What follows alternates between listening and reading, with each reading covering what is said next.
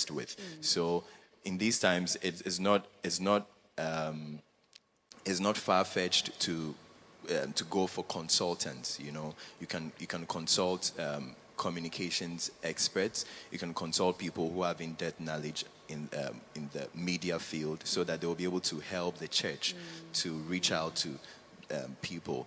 When it has to do with reaching out to the younger generation, it's also very important that the church adapts to some of these new things that the youth are already exposed to, so that by God's grace we can also win some for God. Should the church adapt to new knowledge? The youth now is on TikTok. Yes, and almost every youth now you see them posting something on all that. I think we should focus more and channel more of our resources there, because if they won't come to church, they will be on their phones, and we can still reach them there. We should find a way of getting to know what they are doing by the day, because new technology, new apps are coming up by the day, and they get to know first before us. So we should find a way of getting to know what they are doing, what they are really interested in, and then push the gospel there. There are instances where you realize that the church is very entrenched, and they are not amenable or don't want to accept new knowledge. Sometimes they have their own ideologies about, some of the socials that we have mentioned.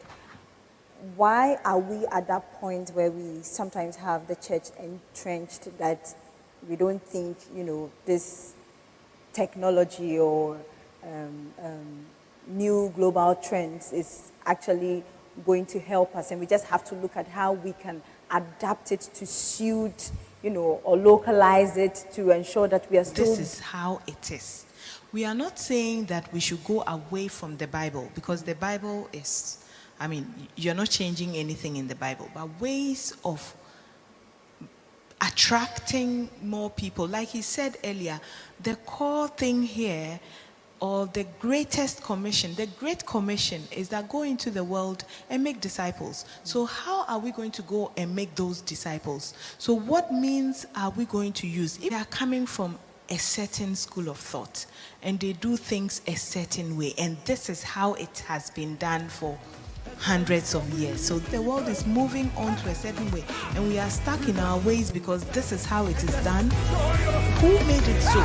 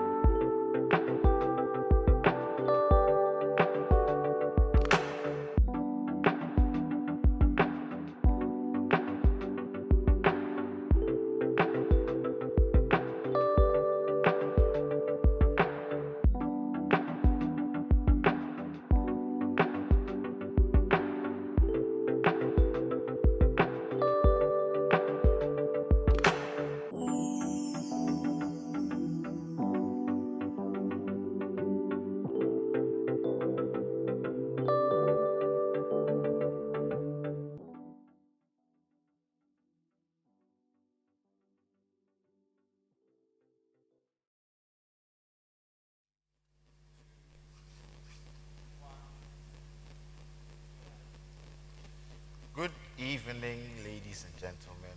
You're welcome to yet another edition of Special Focus, our quest for knowledge. This evening's edition is a special edition, partly dedicated to the Black Stars because of the victory, and then also because the year is coming to an end. So, in line with everything that is going on, today we're talking about bracing yourself for continued success.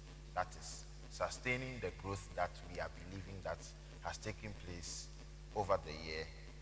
And then also for those of us, I won't say for those people, for those of us who have struggled in the year, how to pick up if we are somewhere by the roadside, if you are lying down, if you are almost on your knees, how do you pick yourself up once again?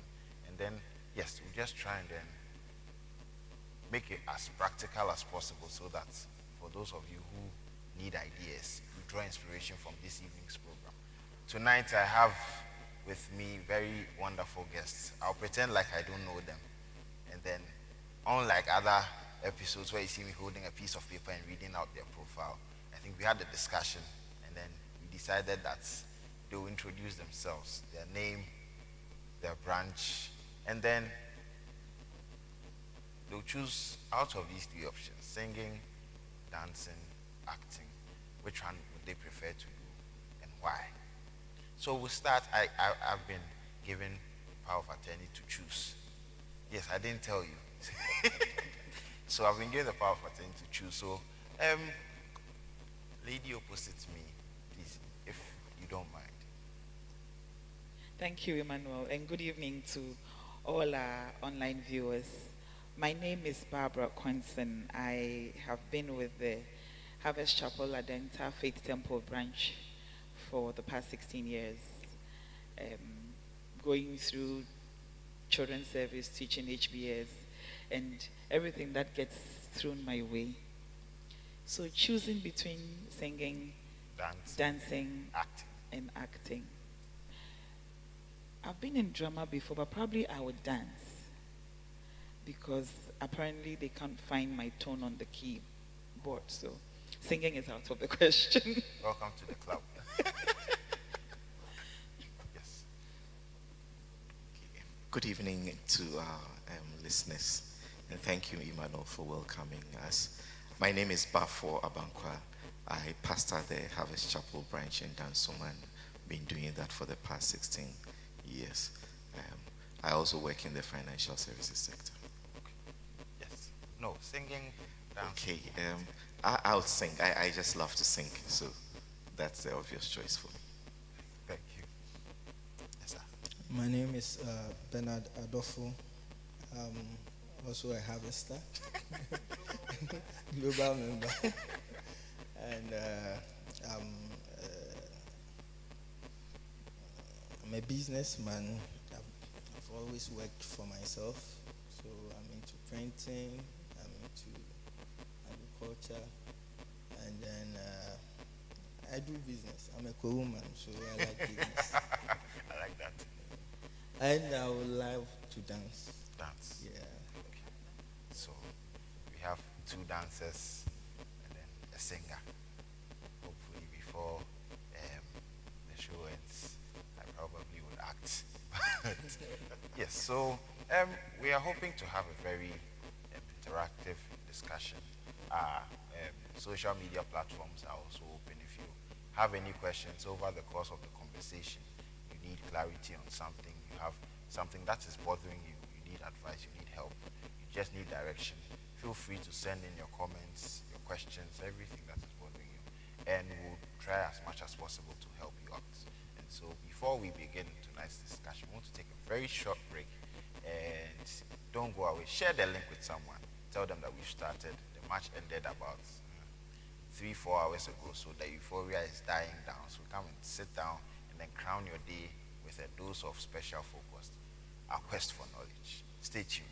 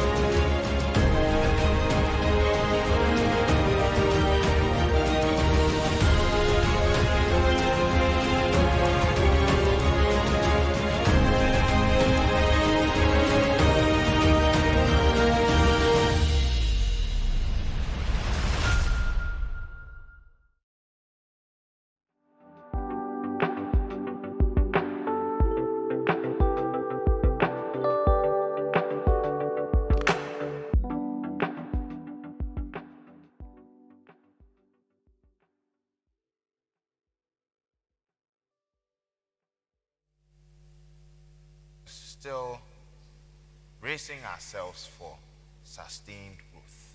One thing that I have come to realize, a lot of things start, a lot of things end, but not many things continue.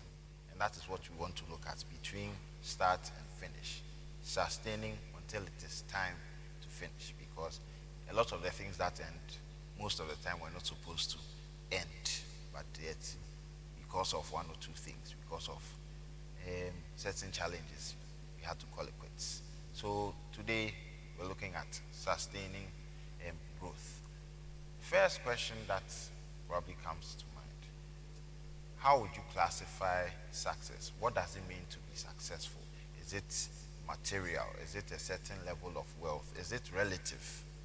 Or is there a standard somewhere that says that, okay, so we saw some classifications say if you earn less than 3,500 cedis, you are middle income, was a poor, or something like that. There was a post like that. So is there a way to classify success? What does it mean to be successful? Auntie Barbara. I think my proximity is putting me in a place where I get asked first. But I think success goes beyond money or quantifiable items, if I can put that way. For me, success will be achieving one's desired goals. So at the beginning of whatever journey you were starting, whether it was to lose weight, it was to go to school, it was to farm, have a garden, whatever you set out to do, you set objective and you achieved it, then you are successful. So it is not according to how somebody sees you. You may have set yourself an objective to go to school up to PhD level, but now you have a master's and you have a good job, and everybody thinks that you're okay, you are successful, but that is not the objective you set yourself. You can decide to cut it short, but what did you set out on your life's journey to do according to God's plan for you? Once you've been able to do that, that is what I would say is success. Okay, I like that. Before Reverend Bafo chimes in, I want to also, how do you ensure continued success? Looking at it, okay, so this is what I see as success. How do I ensure that it is sustained? Reverend Bafo. Well, so I think I'll pick up where my sister left off. She talked about setting some goals or some objectives, and to ensure that you reach those goals, you need to have a plan. So it's not enough to set the goals. You need to have a plan how you'll attain the goals, and to ensure that you are successful, you must have a plan that you would work out to get to the set goals. That's what I would say. Okay. Now, is it even practical or possible to sustain growth? So let's take it in the times that we are in. So the beginning of the year, you set out to expand your business, open 3 more branches, but then now everything is expensive, and so you decide that let's stop now. But then you still want to push forward. Is it practical? Is it possible to sustain goals? Okay, so I want to understand or get what success is. From my point of view, as you pick a project, and then you set time, and then you do the project. So depending on how you do that project, you either be successful or you fail in that project. Okay, so every man has so many projects you do. Your marriage is a project. Your work you are doing is a project. One thing that you are thinking of is also a project. So the more most of these projects work out well, then you, that person, is successful. Okay, so coming back to your question, if I want to sustain that growth, then it means that all these projects that I've put on my table I'll have to make sure it works. So my marriage should work because it has a link to my business. If I'm stressed out at home, I don't think business will go on. My whichever project I'm doing at a point in time should work. If I have 5 things doing and 4 of them, work well, 5 of them work, then I'm successful. So my work is to make sure all these 5 things work. Set goals that are achievable. You stick to your plan, know what you want to do, and then make sure, be focused, make sure that works. So as I work on these 5 projects that I know I have, I will be able to sustain my growth as I pick up. Looks like Reverend Bafo, you want to add up? Yeah, just some addition, because you mentioned a specific instance of, say, desiring to add some branches, and then you have the current circumstances that we have. I believe that when you set the goals and you make the plan, it's not static. And so, yes, you would come across challenges. It's not often the case that the direction between you and your goal actually goes in a very straight line. Sometimes there are drops and jagged edges. And so as you go along, you have to reassess where you are. Never lose sight of the goal, but you may have to make some adjustments in the light of developments that you didn't anticipate when you set the goals. That is not to say forget about success, but you may need to just tweak things a bit ultimately to get there. Okay. Yeah, I think even in the corporate sector, you set plans, set objectives, and there are mid-year reviews. So as you set plans, you set targets, and let me say that depending on what the objective is, you might need to set targets with dates. If you set out to go to school, you can't go to school forever. You must set targets you can defer, but only to a certain point. Because if you defer forever, they would have to ask you to stay on your deferred side because it looks like the path is, the grass is greener there. So you might need to set targets. Review as you go along the line. When it's not working, you might need to step back and not abandon the goal, but look at how else that objective can be achieved, And I think that one way to ensure that it works also is to have an accountability partner. Because I realized that, look, I set myself to do this. Halfway through, I'm tired.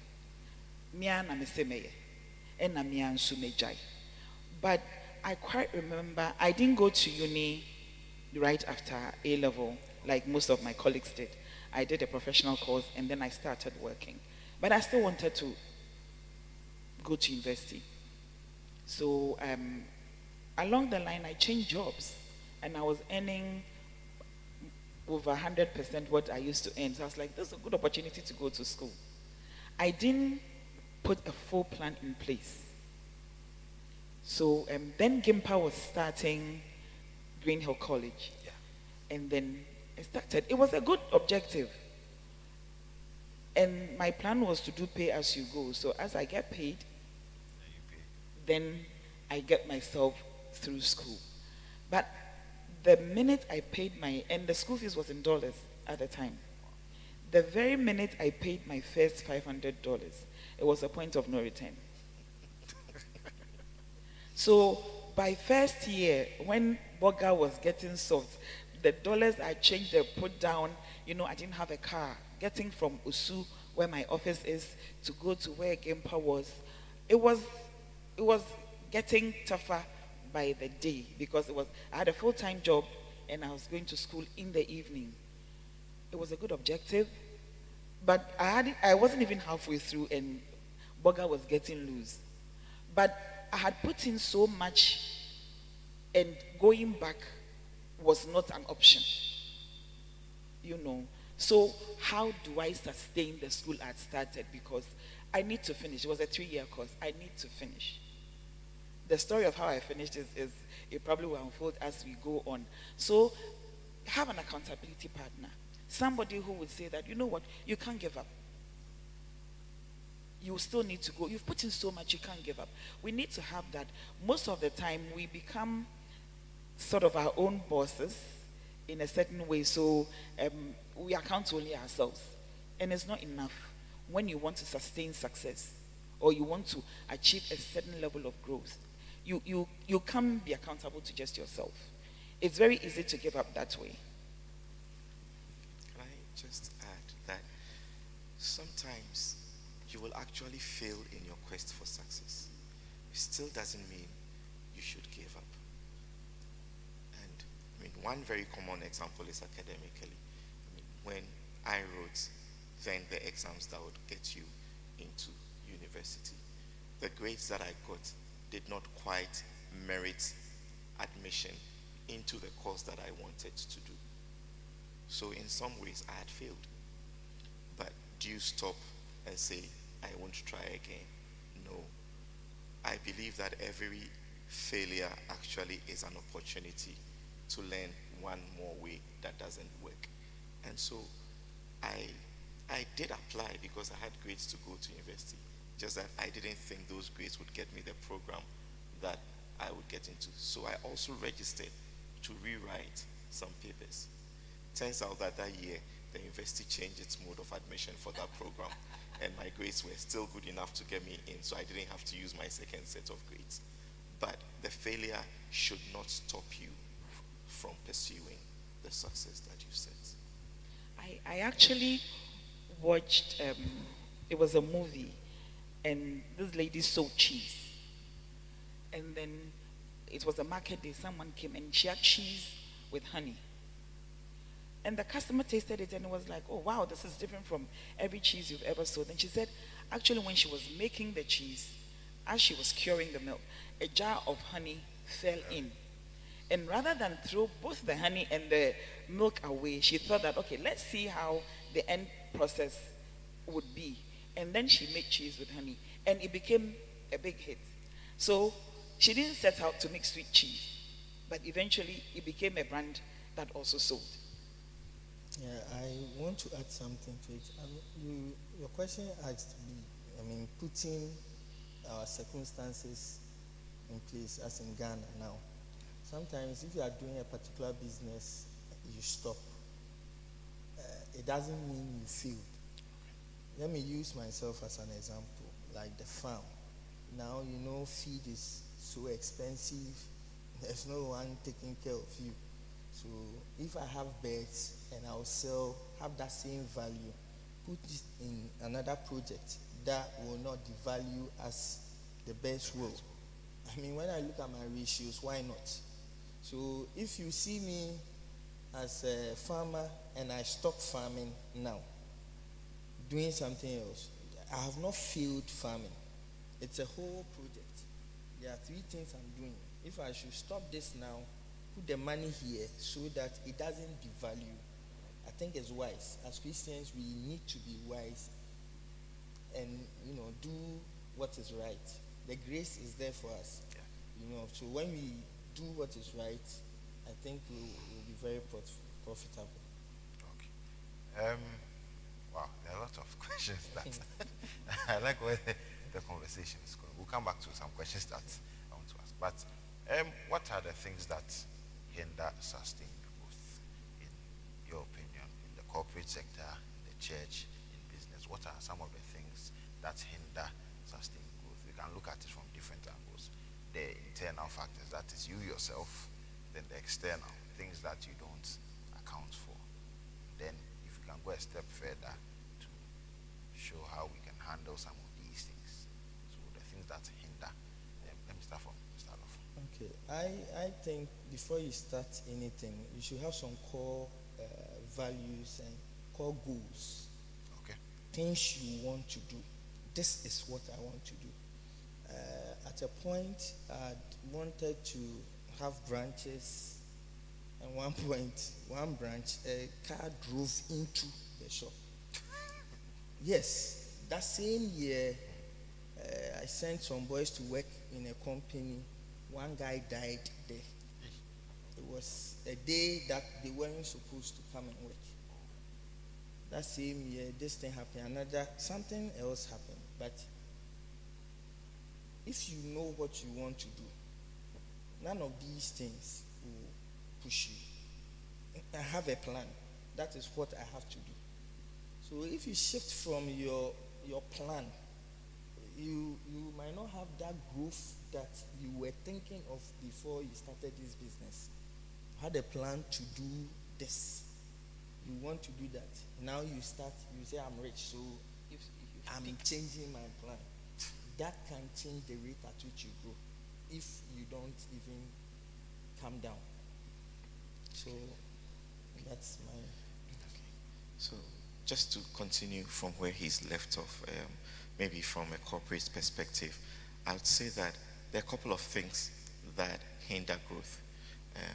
One would be the absence of a plan.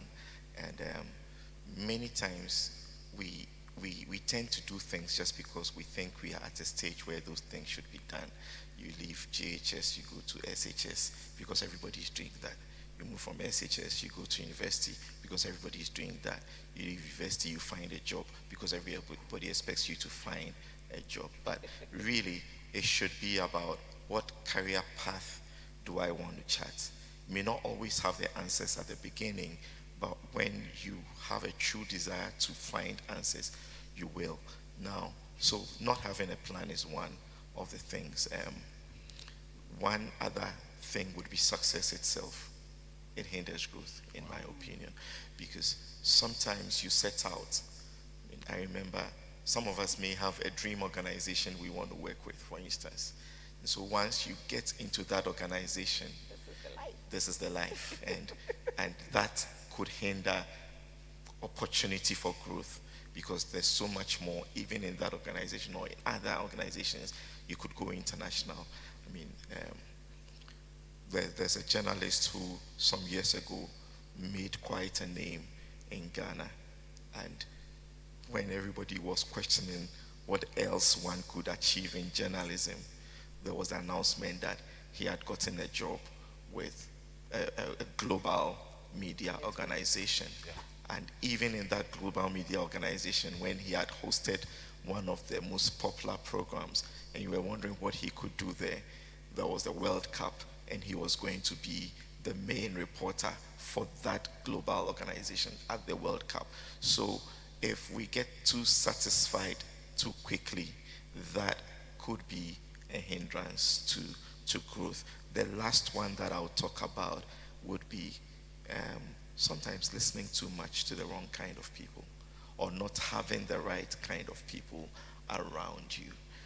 In any organization that you join, there are those who will tell you there are limitless opportunities, and there are those who will tell you the system victimizes people. Who you listen to could be a hindrance to how far you could go in the organization. So I'll leave it here for want of time, but these are all things that can hinder one's personal growth in a chosen mission. I also think that competing priorities can be a big hindrance. Some people are natural multitaskers. So Mr. Dofo right now is wearing, I don't know how many caps he's wearing.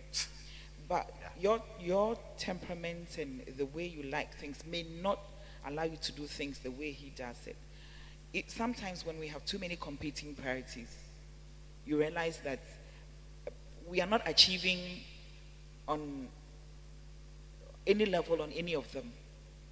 If you realize that you might need to take them one after the other, you may not be the kind of person that is able to do everything at a go. You know, you cannot compartmentalize your life. Sometimes there's a rhythm to it. You know, I always say that life is fluid.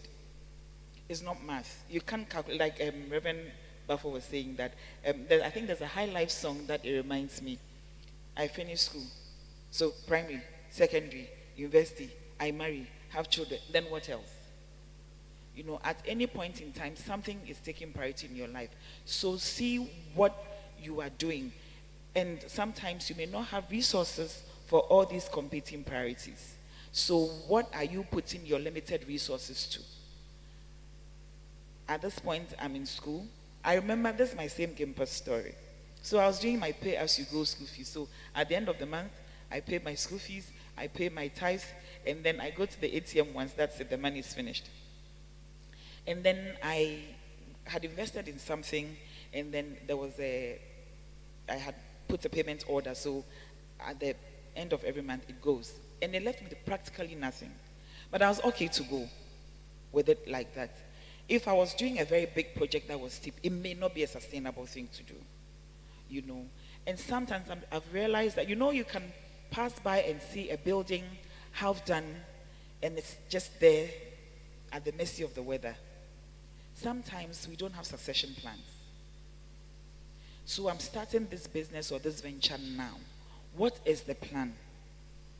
Is it going to be a 1 year, 2 year project? Is it meant to outlive me? What is the plan? We may not have it when we are starting, but as we are going along, we will need to start developing it. There's this man I know who was a medical doctor, built a clinic in the 80s and 90s. It was serving the community very well. He had 3 sons, and he was hoping that they would end up becoming medical doctors and probably inherit the business. Guess what? None of them became medical doctors. The man passed a few years ago. The place has been sold. So sometimes we need to put in a succession plan. Even if it's not your children or in a relative that's going to inherit it, if it's a business, there must be a properly set up management plan so that the business does not collapse. Because once it becomes a business that grows, it's employing people.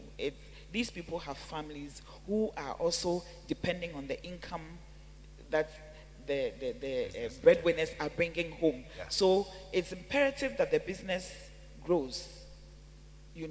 What's the point in, even if I usually use weight loss. If you're going to lose weight and eventually gain it all back. You get me? So if you're going to start, have a plan of it growing. Do it in a sustainable way. Let it be a plan you can follow through to the end.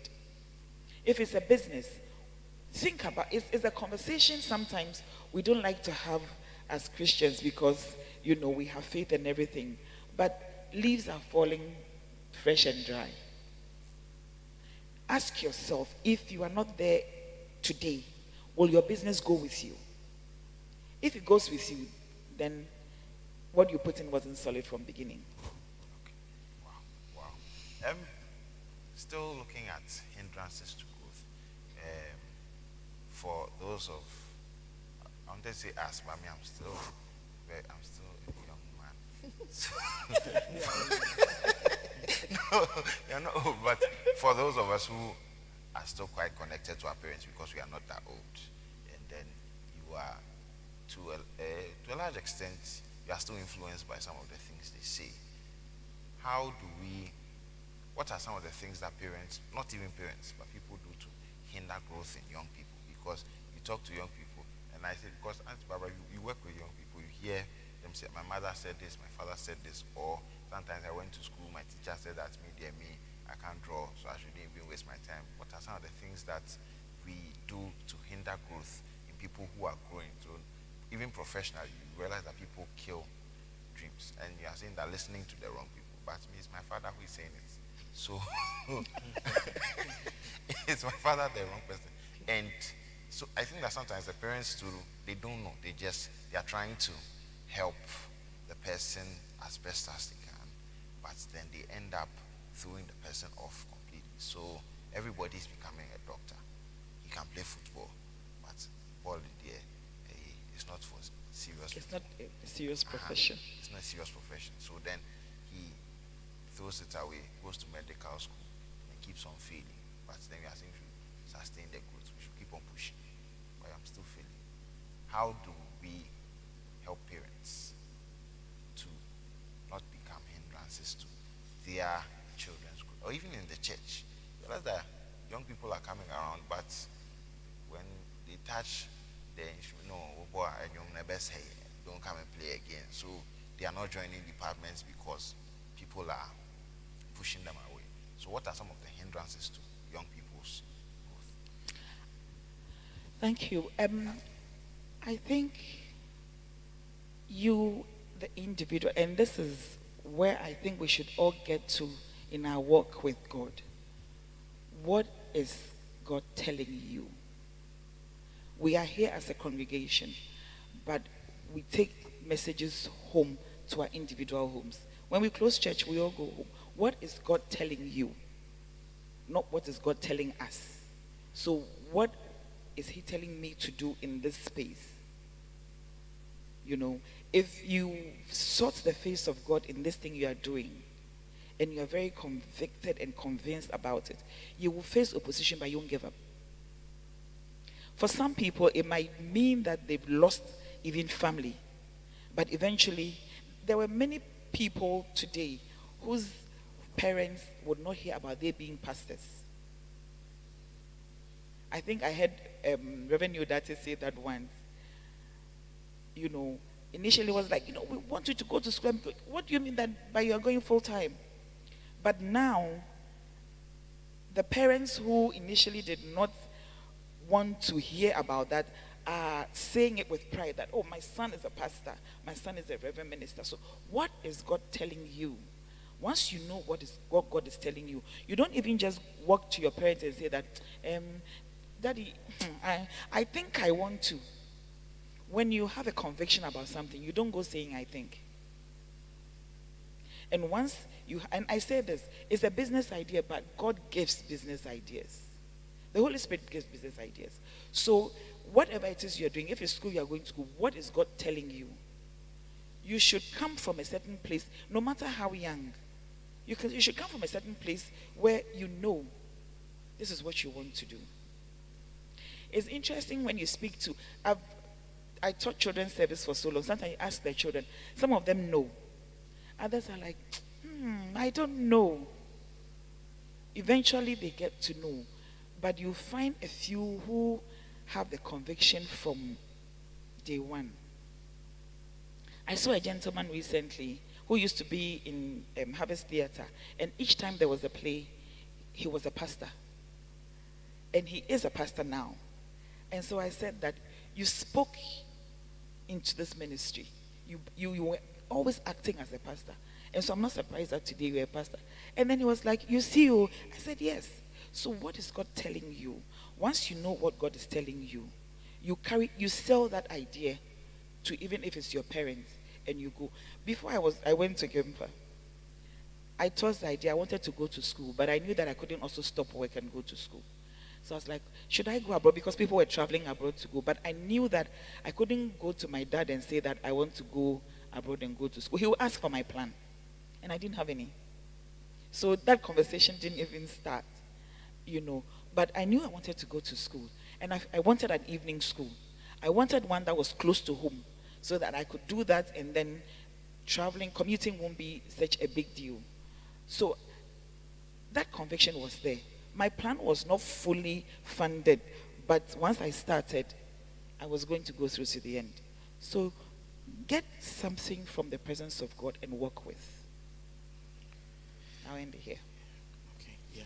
I guess when it comes to hindrance, particularly from people that are close, it takes a very strong sense of conviction.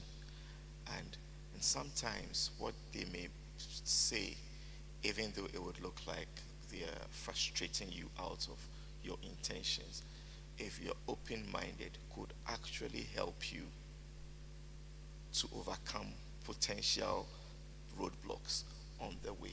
Because I believe that every parent would want the best for their children. And so when they say things that counter where you want to get to, it's not necessarily because they are against where you want to get to, but because they envisage that one or two roadblocks would stop you finally. And so it's also about listening and defining the points of concern for them. And when you often come back to say that, look, this is where I think your fear is or your worry is, and these are the ways around it. And of course, you don't necessarily have to think through all that alone. You will definitely find some other older folks who can be support and then you go back and you can actually garner support from some of these parents. We've seen with some of the footballers in the national team how they were opposed by their parents until they got a coach who actually went to that parent to tell them, your son is that good or your daughter is that good, before the parents started supporting them. Um, and then again, because we all are driven by the fact that we are Christians and we believe in the Bible, I believe that there's a place for allowing divinity to have his way, or God to have his way in your life. I smiled when my sister Barbara talked about some children who know what they want to do.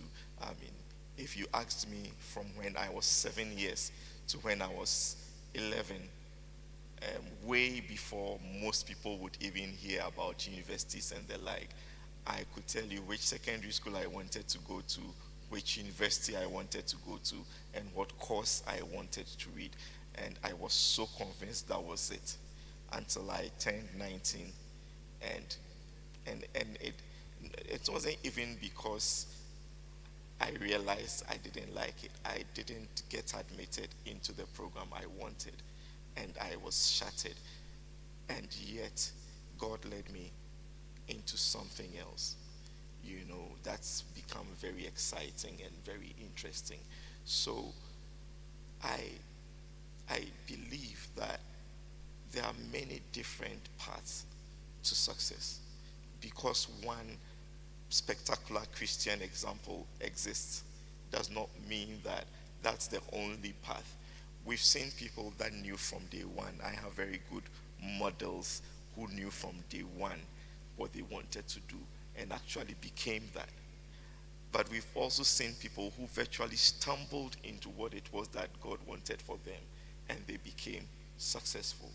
So I believe that at the end of the day, like Mr. Adolfo said, have a plan, but don't see me as a loser because something changed along the line, and don't see yourself as a loser. I believe that at the end of the day, success is defined by certain intangible experiences that we have, and that's common to whoever feels successful. Somebody wants to be an industrialist. When they get there, there's a feeling of satisfaction they have that somebody also set out to be an industrialist but ended up being a financial person. They would have that same satisfaction that comes from truly being successful. So maybe to some young person out there, don't feel you amount to nothing because others have clearly defined their roots and you at the same age as them are not too certain.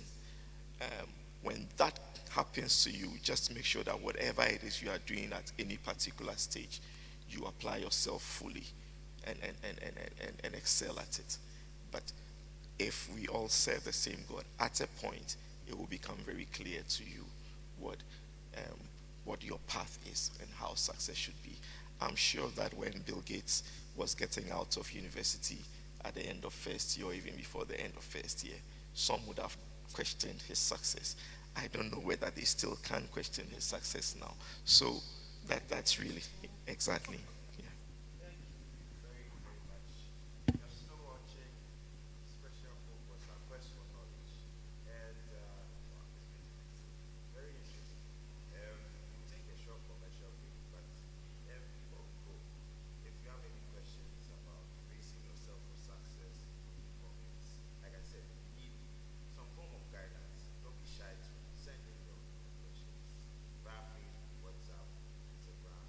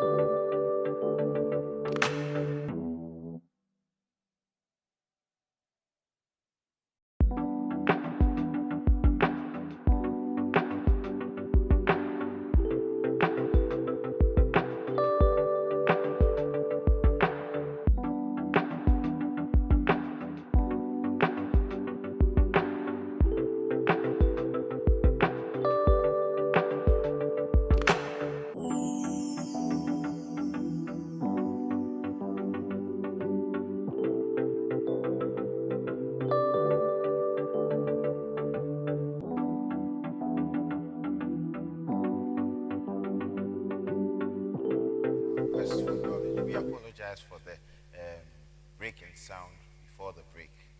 Wow, interesting. I like the wordplay. Yes. So during the break, we were talking, and then I think that ideas, questions are still coming up. So before we continue, if you have any questions, any comments, we're live on Facebook, we're live on YouTube. Just you can search for HTI Teila or Special Focus. You see us. Send in your questions. We'll try and answer them. But then something has come up. So when I was younger, I wanted to be a pilot. If you go to primary school now, you get at least 5 people who want to be pilots. You get a few policemen. You get a few doctors. Then you grow up and you realize that the vision has changed. 3-4 years down the line, the vision has changed. Is it possible for your perspective to change as time goes on? And if it changes often, does that mean that you don't know what you want to do? Or maybe you just have a grace to do a lot of things? Start off. Okay, so I feel as an entrepreneur, you shouldn't fear change. Oh, nice. I thought I was going to be an architect. I was in Infanspim and I realized I started selling cards, as in Valentine cards, to my mates, and then I will charge you for delivery. And after, come and have another set of people who want to travel around Cape Coast, Accra, Ebri Girls, charge you or rent like 3 cars. This is when I was in school. Someone who wanted to be an architect. So I'll rent this car, put the cards that I've sold to you in the booth. You pay for the transport. I'm taking you to talk. When we get there, you are talking to your girlfriends, then I will deliver the card to you. So I've sold the card to you, I've delivered it. I've made my money. During vacations, I go to STC, talk to them. The bus will come, I load my mates. So maybe if you need Chris car. Yes, and I will be sitting by the driver. So you understand. So you should know what you are doing. My mother is a business person. My dad is a business person. As I left Infanspin, my mother's business was having problems, so I came to help her. I realized that I was there through my university days. And then right from there, I said, I wanted to also have something. I built an internet cafe. I bought 1 printer. I realized that the cafe will work for 24 hours. I will make then now 67 Ghana, 64 Ghana, 24 hours. Someone will come and print obituary, 100. I'll get 100 Ghana within 30 minutes. So now the direction comes in. So someone who wants to be an architect, now being a business person at Makola, everybody knows me at Makola. Now starts an internet cafe and now coming into printing. I ended up supplying companies with items, multinationals. I see myself as a businessman. So today, if this business is running, I do my calculations. If it's fine, then I go. I don't stick to one thing that I want to be what. I'm looking at what I want to get out of that. So if A doesn't work, B will work. So I still keep on moving. So that's how I see you should look at stuff that you want to do and how it approaches, the good ones approaches you and how you should identify them. We started our school because a church member came to leave the daughter with us in the house. One person, number one. So my wife told me, and I was happy about it. Hey, are we crying in this church? This woman, I've not even seen her before. For her to come and leave her daughter with us because the daughter is in my son's school, it means that, she has some respect for us. So it is fine. Now the woman is coming for the child today. Oh, mommy, you came too early. Another pastor's son join. So when they are coming to pick them, you realize that there's some happiness they feel with us. I told my wife, I said, hey, when you come back, you bring us infections. Why don't we, yes, today this one has cold, this one has that. Why don't we look at this and see it as an opportunity that children like to be with us? And then it worked. So I think we should open up. We pray for God to give us ideas. When we come, we don't see them as ideas. We want God to call you, Kobe. I want you to build a school. And God, I don't know how God will do that. I think He will find a way like how it happened. And then after it becomes glorious, I can see, okay, so it was God who made me do A, B, C, D. Thank you. Maybe just to add that, yes, we should be open to adapting. If you permit me, here's a chap who is born and dreams that he'll become bigger than all his brothers. And in there somewhere, he finds himself in prison. Now, even in prison, because there's that innate leadership potential, he becomes a leader in prison. He doesn't cry and moan that my dream of becoming a leader is over. My record is blemished with a prison record and all that. And there in the prison, he leads until he reaches the full potential of leadership capacity that's placed in him. So different things may happen and different people find themselves in different circumstances. But it's okay for course to be redirected.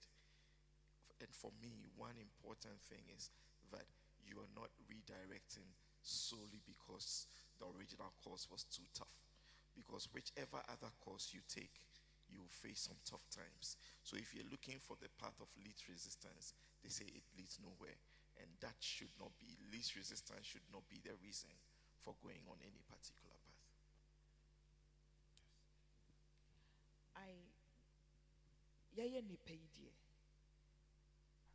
We would go through that. Bible even says that we know in part.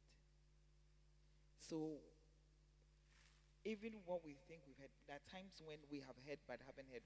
When Samuel was in the temple and God was calling, he thought it was Eli, right? So there are times when we may see the beginning, but might think that this is where it's supposed to go. It is supposed to follow from primary. Now it's JHS, SHS. I must go to university and then I must work. For some people after SHS, they might need to go and sew. There's a lady in my branch who has finished her university, was working, and then under COVID, the business, I think it was hoteliering business, there were no customers coming.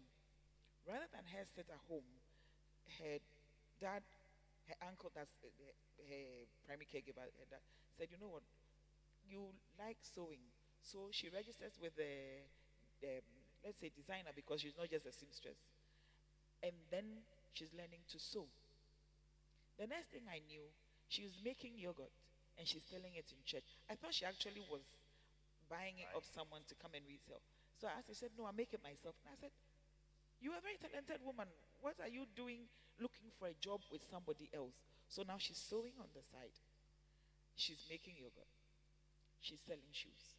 She did go to the university, all right. For some people, they might go in between doing all kinds of things before they end up. When I went to Gempa, there were people in my class that were 50 years. Eventually, they also came to university. So you may fail your exam, but it doesn't mean that that's it. Life has cut short. The business venture may change, but do you just give it up? Do you pack up and say that you won't do anything again? Because I tried 4 times, it failed. So that's it. I won't do anything again. Maybe poultry didn't work. You can go into rabbit rearing, and then now catfish is the new in thing. It started from tilapia. Now it's catfish. It might take somebody bringing some other kind of fish, and that will also catch on. Why not? If I mean, and we've had so many examples in the business space, but along time ago, a gentleman joined the ministry and was a prayer warrior. And he was a prayer warrior and a good prayer warrior for a long time. And then after some years, he said, I want to sing. And because he was a prayer warrior and a good prayer warrior at that, there was a lot of resistance, even from the leaders of the fellowship, when he said he wanted to sing. Today he's a pastor, and he's been a music director for a world-class choir for as long as I can remember. Wow. You know, so even here, I remember that it was said of Kenneth Hagin that for a long time everybody knew him as a teacher, and for probably 90% of his lifetime, that was it. And then right at the end, there was a prophetic gift that also came very much to the fore. So we need to be open to the promptings of God, and then to that inner voice that speaks to us. Because sometimes when we just become stubborn and stay on a track, we may be losing sight of other great. It probably comes back to being so successful in one thing that success becomes a hindrance to other things that you possibly could do. I want to adapt to what Auntie Barbara said. Yes, please. Concerning running a business and going to school, I think it's very, very good. Because, in business, you need to know what the problems are and then solve them. Your work is to solve problems. You not knowing the problem, it's a problem. You understand? You and I can know how to run a business, have the same inputs, and then we run it with the same maybe vim. But I might have the grace of God, so my equation will be different from yours. On the other hand, having just the grace, having a prophecy that you become multi-millionaire. Yes. I think within the time that you are becoming, you need to start, learning how to become that businessman. And that is going to school. So that when it comes, you will be able to manage it. You understand? So I think you need to have the two. You have the grace, you have the knowledge. It's only the knowledge that will tell you that there is something wrong here. Let me change this. Otherwise, a pastor somewhere who doesn't know anything will come and tell you that this is this, so change it. Who doesn't know anything? I'm not saying all pastors are doing that. You understand? So you have to have knowledge about the business you are doing, so that if it's not doing well, you know that this is wrong. I need to change this. And you shouldn't fear to change.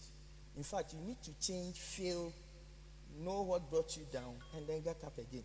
If you are scared to fail, the catfish you are talking about, I've done that before. You understand? The story was you buy fingerlings for 1 CD, you just buy coping feed for them for 50 whatever days, and blah blah blah. So I did it. I bought like 6,000 fingerlings. Wow. I didn't harvest 1,000. Hey. Because the knowledge that I had to get before entering, I just Didn't have listening to a marketer who wants to sell fingerlings. And by then I had money wanting to enter into agriculture. So whatever you tell me, I will do. So I did first one, 6,000 fingerlings. I didn't get 1,000,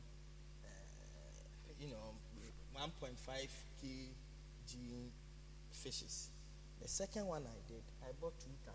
I had about 1,800. So with knowledge, I was able to do well. The same grace was there. My name had not changed. I was still there. You understand? So Yes. the grace will be there. The prophecies will come. People will call you and tell you, hey, you're a great man, you will do this. Don't go and sleep. Go and think about how to become that.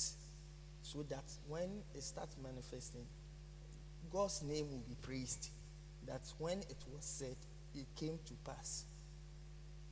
I saw I didn't just see, I was in a meeting, a gathering somewhere, and the woman of God that preached, did an illustration that is still sticking in my mind.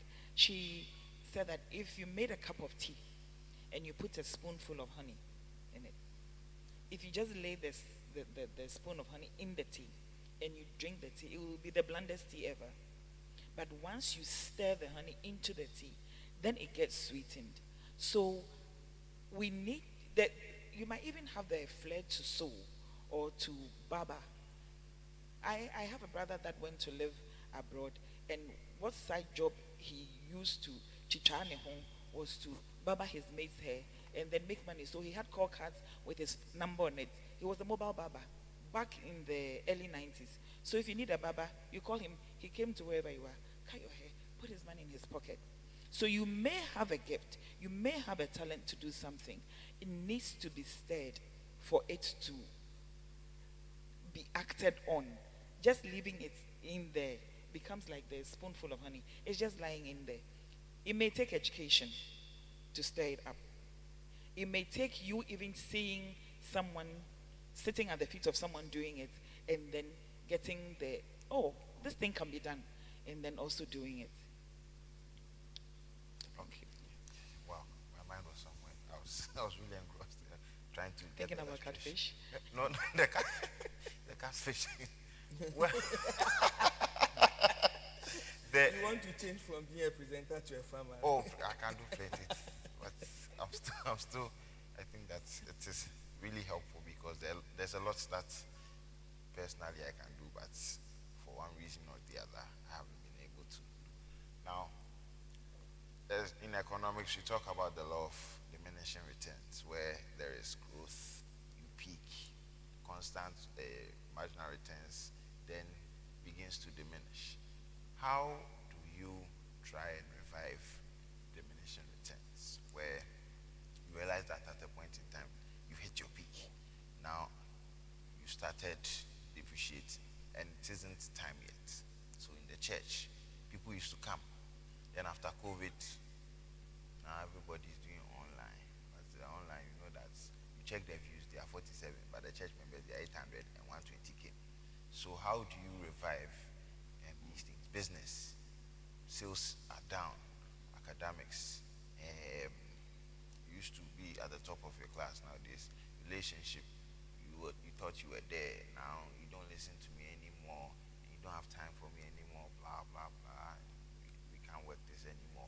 How do you revive something that is dying or on life support?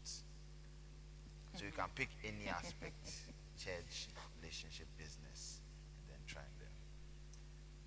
So my definition of a successful person, Yes, sir. was somebody who saw all these things as projects and made sure they worked.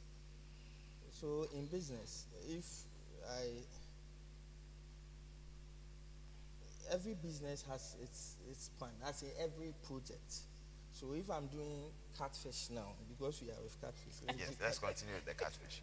And then I have, let's say, 4 ponds. Each pond does 1,000. The whole process is about 7 months. So first month, I will pick up the bigger ones, start selling. If I get 1 kg, I call them, come pick them. Then lastly, the small ones, I give it to the women who dry.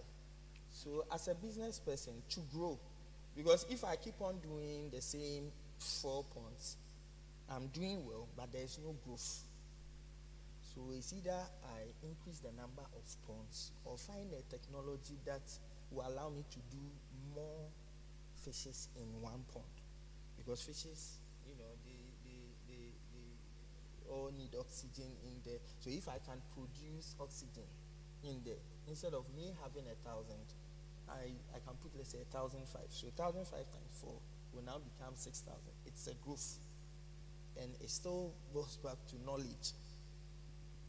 You understand? So I feel for a project like that, you do first, second. If it works for you, then you find ways of increasing your production. In all other ways, in marriage, before you didn't used to do some things. Now you see that this one is working. Why don't you, Boha? You understand? If my wife, she likes, how do you call it? I've even forgotten. But if you know your wife likes ice cream, and then when you see her some way, you are going home, just buy ice cream, put it down, eat, you turn your face. I'm sure by the time she takes it, you will get there. So identify anything that will make things work. Then there will be that growth that you need. Because if there is a problem there, all these things, the fishes will even die. Okay. Maybe just to add, I think that it's about defining, redefining, setting, and resetting. So in your personal life, I mentioned the example of this organization I want to work with. Once you get there, a certain goal that you set has been achieved. If you don't redefine the goals, then if you are not growing, you are diminishing. So it's sometimes because we lack the resources, the wisdom to really set very high goals. We can only set goals as far as we see. But then by the time you get to that limited vision, you have capacity to see beyond and set new goals. So it's about setting new goals. To use very practical examples for, say, church. And I have faced that challenge where post-COVID, the numbers dropped. People said they were doing online. We started out as one branch, and then it was in a certain locality.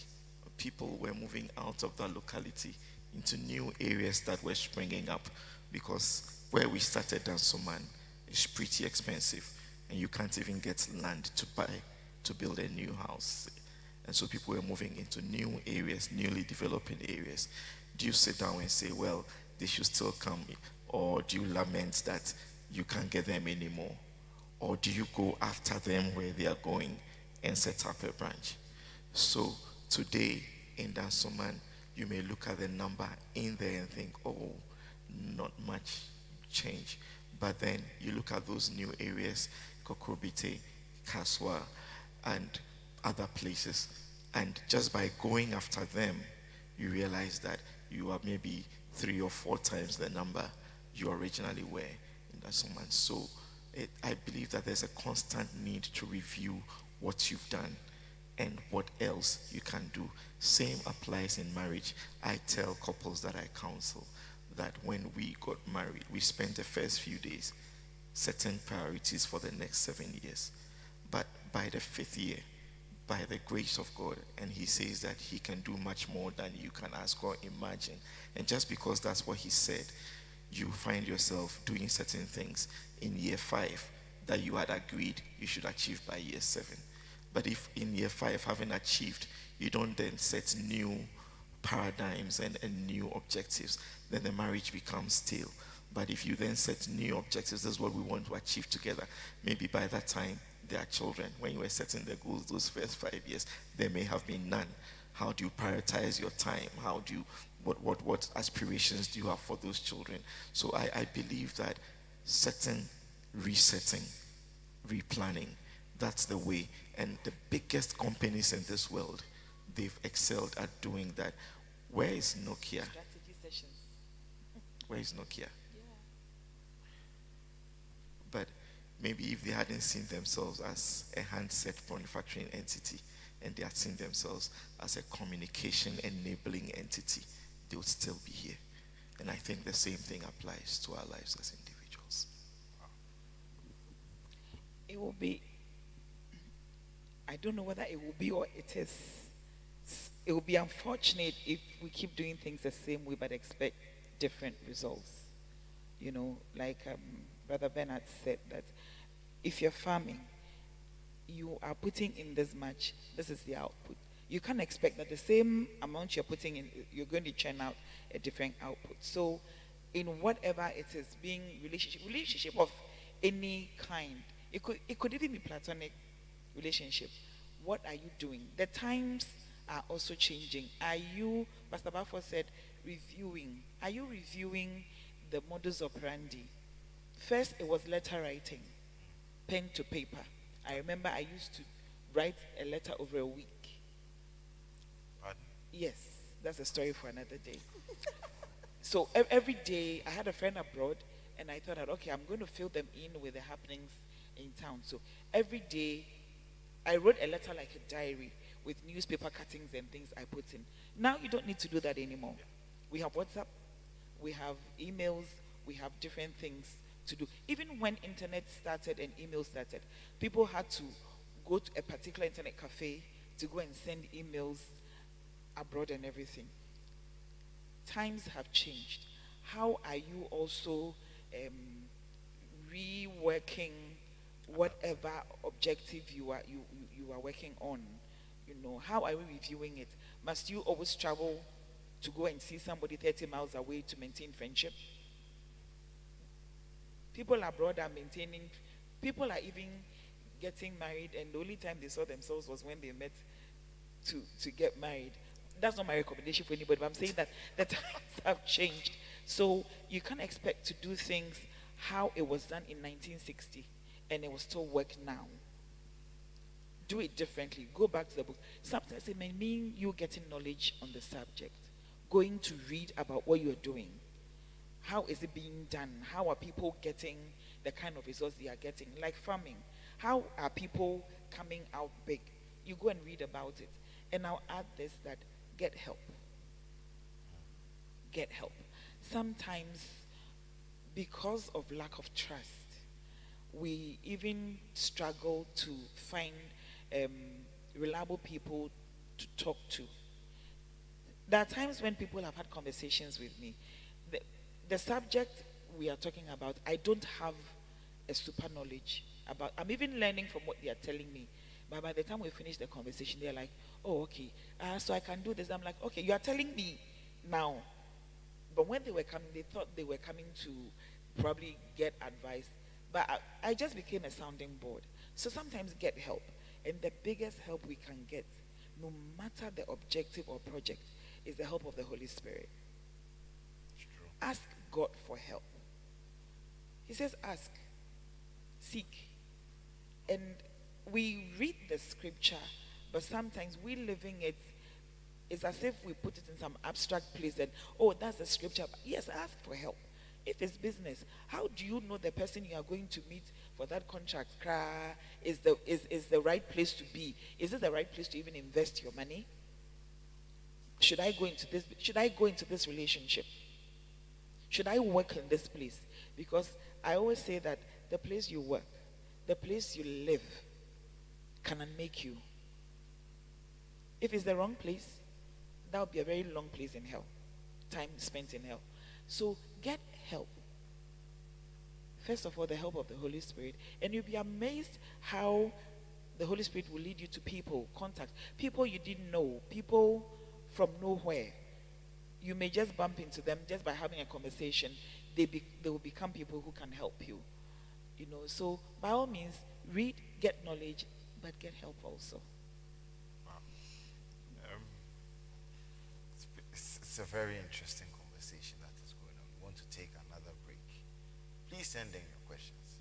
This month we are talking about bracing yourself for supernatural growth. We are trying to sustain the growth that we are accumulating or making. So send in your questions. I've said it about 3 times over the course of this program. We'll go for a short break.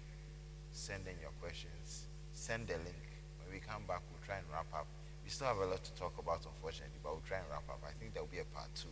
But then, because we couldn't exhaust even half of the things we wanted to do. But stay tuned, and we'll be right back.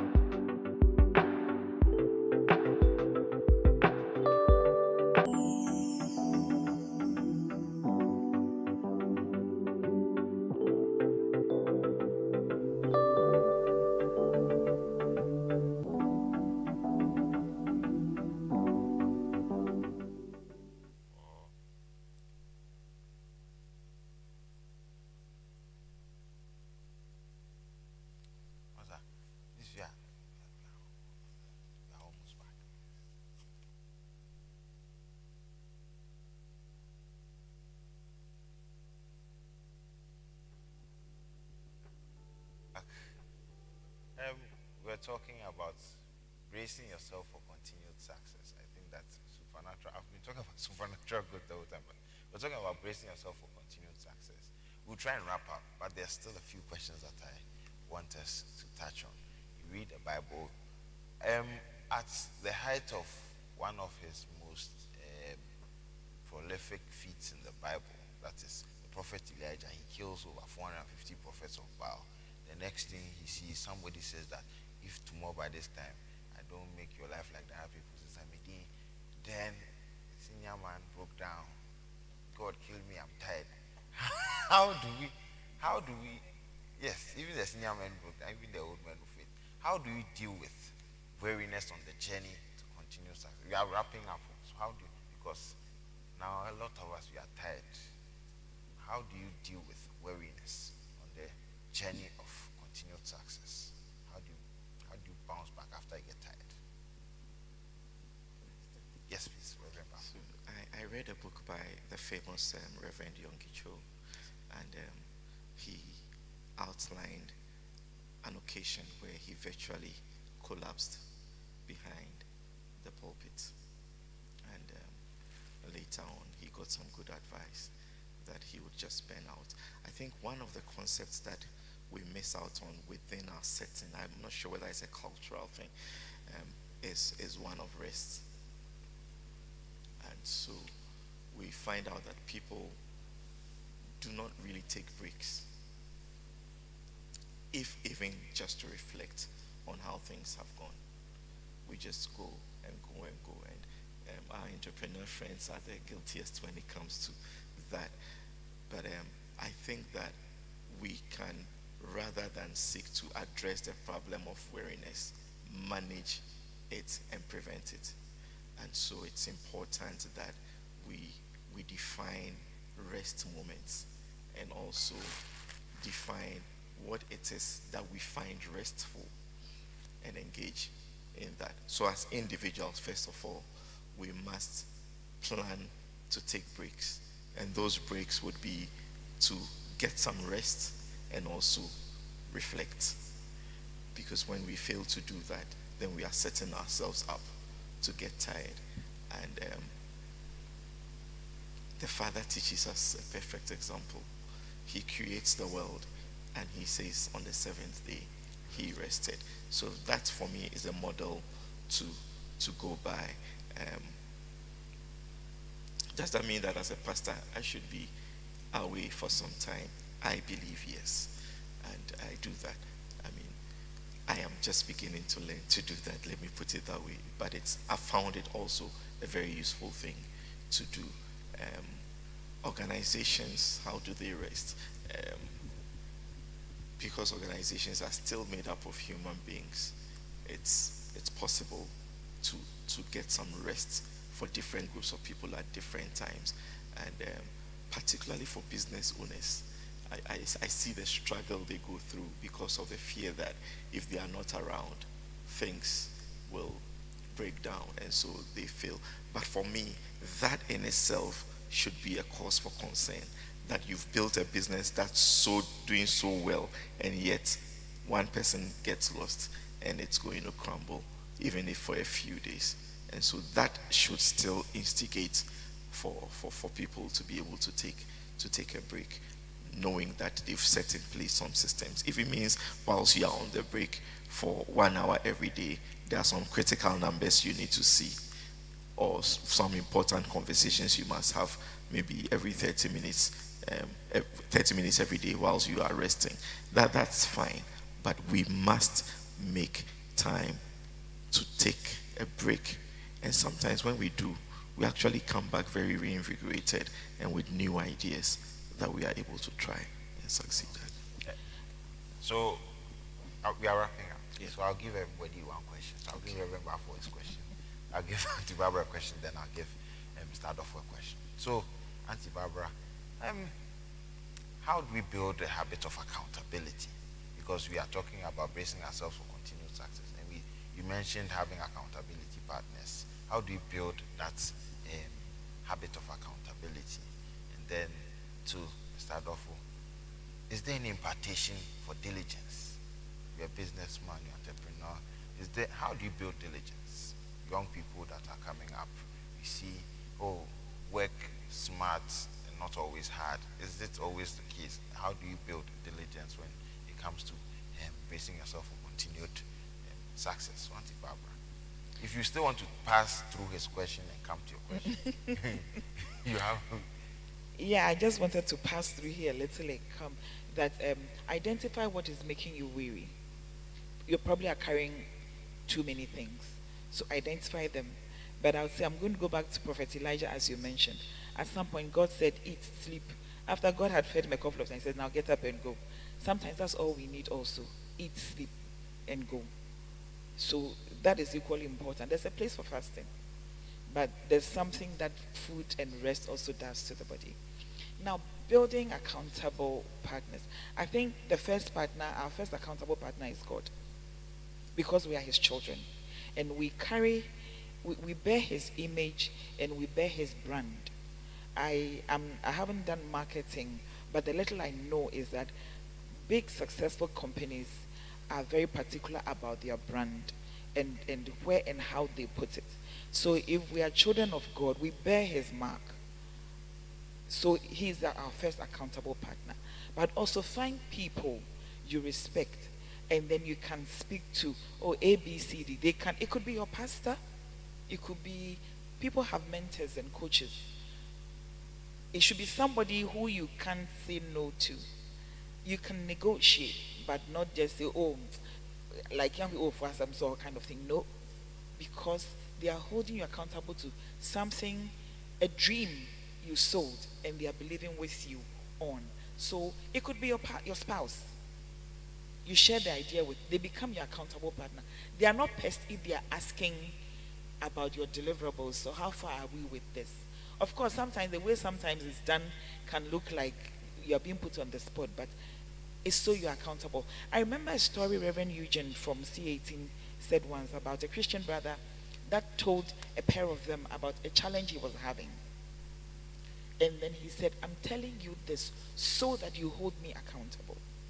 And I don't know this person, but I gain respect for them, because to tell somebody that, look, it could be anything. It could even be your love for food.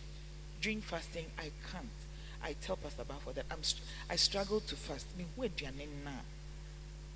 When the fast is going on, he should feel free to pick a phone and call me. Today, were you able to do it? He becomes my accountable partner. And when I see his phone call, I might be tempted to run away, but I should pin myself down like he is seeking my help. So God is your first accountable partner. And if I see him in the light that God has put him into my life, I would give him that kind of respect. So God first, and then speak to somebody. I actually spoke to a young lady in my branch, one of the people I call my daughters. We used to ride together to work and then back. And I told her one of the years that my New Year resolution is not to be upset with trotro drivers on the road. How many of us haven't been there before? And so one day the driver crossed me and I'm like, Shani TV. And she said, Auntie Barbara, didn't you say that this year you would not say? I deliberately said that to her because I needed someone to hold me accountable. So sometimes it could be a younger person, it could be an older person, but let it be somebody you respect that much. Put them in that space. Thank you. Yes, so last, diligence. Okay, so I believe in hard work. I believe that hard work pays. I trust God that if I work hard, He will really pay me. So, as a leader, it should be seen in you, and then it reflects through the people you work with. I was listening to Reverend when he said you should rest. I've stayed at my office for like 4 months when my wife was pregnant before, because I had a contract that if I print 24 hours with then the machines I had, it will take me about 6 months or even 9 months to print. My prayer when I started work was God should give me jobs to do before I get to the office. So the first one that came, I had to print for about 9 months, but I really needed it for like 4 months. So I needed to do day and night to get, somewhere. Give somebody about 20%. You don't have to also be greedy. The ultimate is to deliver. Give somebody 20, 30% to do. You know what you want. You know the time you have. So if God will let me live for how many years, and I'm doing this project, these projects don't come. So if they come, and I have to be there for 4 months, madam, if the next one comes, I will be there, and I will be there. I would rather do that one for a year, 2 years, and be happy after so and so years. Yes, I can be in my room, take my phone, and be directing. You understand? But in the beginning, you need to go out there, work hard, and then God will add it to it. If you don't work, forget, it won't come. Any time left, I'll just say that if you find yourself in an organization, you're not an entrepreneur, you should ask yourself what's expected of you. At the beginning of every year, you're given some specific objectives. Your target as a Christian young person coming up would be to deliver on what's expected of you and actually do more than is expected of you. And that's the diligence that we are talking about. If there's a smart way to do it, by all means use it. But don't deliver less than is expected of you. Deliver more. Thank you very much. If there's anything I've learned this evening, I think that for young people such as myself, questions and accountability are not necessarily an obstacle. I think that many young people nowadays, once you ask them questions, it's like you are pestering them, like you want to be a stumbling block. But then the questions will let you think about certain things that you have not considered. Your ability to answer them or not answer them shows you where you are. So an example, I think a few years ago I wanted a phone. I was in university, and then I went to see my father that, oh, my phone is spoiled. He said, oh, go and look for a phone and come and let me know the price, then we'll see. So I went into the newspapers, saw a nice phone, then I showed it to him. Then the questions he asked me, like project defense, why this phone? How will it help your academics? And so plenty of questions. Phone keke, what's all this? So I'm like, no, there's no need. So when they gave me my money for school to buy my things, I just scraped some out of the corners and then bought something affordable. It wasn't as flashy as what I was looking for, but I realized that I didn't necessarily need that phone. I just wanted it because it's nice and then it is expensive. But then the questions will make you evaluate. So nowadays, even before I go and do something, if I want to do something and then I'm going to him, I know I have to have certain answers. That would help me to make my case. In the same way, for a lot of young people, find the accountability partner can be someone who asks you questions you don't want to hear or tell you things you don't want to hear. And I think that it really, really helps to hear things you don't want to hear. Because young people like myself nowadays, we feel like someone is blocking our shine. So you are going to do something, they ask you questions, then you could be saying cry one mommy. But sometimes it's not about one mommy, it's about a dear no kind.